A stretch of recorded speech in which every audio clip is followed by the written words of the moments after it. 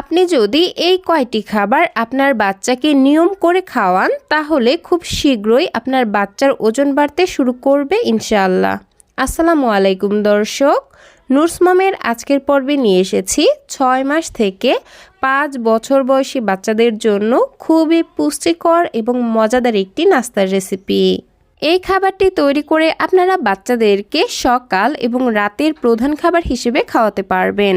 এজন্য প্রথমে চুলায় একটি প্যান বসিয়ে এর মধ্যে আগে থেকেই ভিজিয়ে রাখা সাবুদানা দিয়ে দিচ্ছি। এখন খাবারটিকে রান্না করার জন্য দিয়ে দিচ্ছি পরিমাণ মতো বিশুদ্ধ খাবার পানি। তারপরে দিয়ে দিচ্ছি 1 টেবিল চামচ পরিমাণ ওটস। এখানে আমি রোলড ওটস ব্যবহার করেছি, আপনারা বাচ্চাদেরকে যেই ওটস খাওয়ান এখানে সেই ওটসই নিয়ে নেবেন।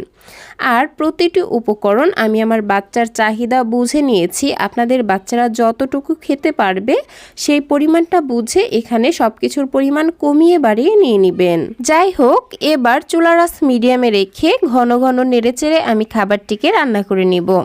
এই পর্যায়ে আমি খাবারটির টেস্ট বাড়ানোর জন্য দিয়ে দিচ্ছি সামান্য 1 চিমটি লবণ। তবে যারা 1 বছরের কম বয়সী বাচ্চাদের জন্য খাবারটি রান্না করবেন তারা এখানে লবণ ব্যবহার করবেন না, অথবা চিনিও ব্যবহার করবেন না। তো আমি মোটামুটি 4 থেকে 5 মিনিট সময় নিয়ে খাবারটিকে রান্না করে নিয়েছি। আর এতক্ষণে কিন্তু আমার সাবুদানা এবং ওটস অনেকটাই সেদ্ধ হয়ে গেছে। এই পর্যায়ে আমি এখানে নিয়ে নিচ্ছি একটি মুরগির ডিম। ডিমটিকে খুব ভালোভাবে ফেটিয়ে নিচ্ছি। যারা 10 মাসের আগের বাচ্চাদের জন্য খাবারটি রান্না করবেন তারা এখানে পুরো একটি ডিমের পরিবর্তে শুধুমাত্র ডিমের কুসুম নিয়ে নেবেন, কারণ ডিমের সাদা অংশে অ্যালবুমিন থাকে, যে কারণে ছোট বাচ্চাদের এটা হজম করতে সমস্যা হয়।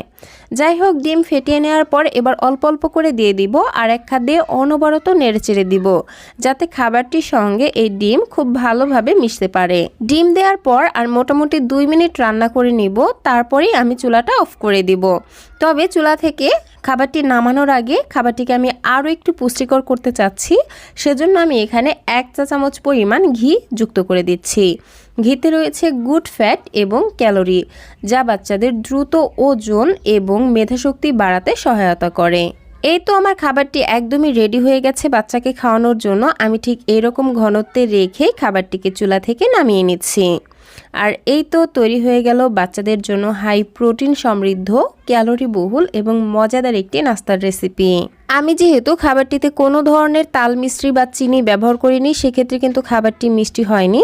তাই খাবারটিকে মিষ্টি করার জন্য অথবা আরও মজাদার করার জন্য এখানে আমি অর্ধেকটা পাকা কলা খুব ভালোভাবে ম্যাশ করে নিয়েছি। সেই কলাই এবার এই খাবারের মধ্যে ভালোভাবে মিশিয়ে নিব, তাহলেই কিন্তু খাবারটি ন্যাচারালভাবে মিষ্টি হয়ে যাবে আর বাচ্চারা খেতেও পছন্দ করবে।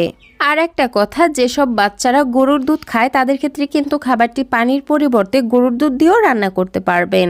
যাই হোক দর্শক, এই ছিল আমার আজকের আয়োজন। ভিডিওটি ভালো লাগলে প্লিজ একটি লাইক দিবেন এবং বাচ্চাদের জন্য এরকম আরও নিত্য নতুন সহজ এবং পুষ্টিকর খাবারের রেসিপি পেতে প্লিজ আমার চ্যানেলটিকে সাবস্ক্রাইব করে পাশের ঘন্টাটি বাজিয়ে অলে সেট করে রাখবেন পরবর্তী ভিডিও নোটিফিকেশন সবার আগে পাওয়ার জন্য।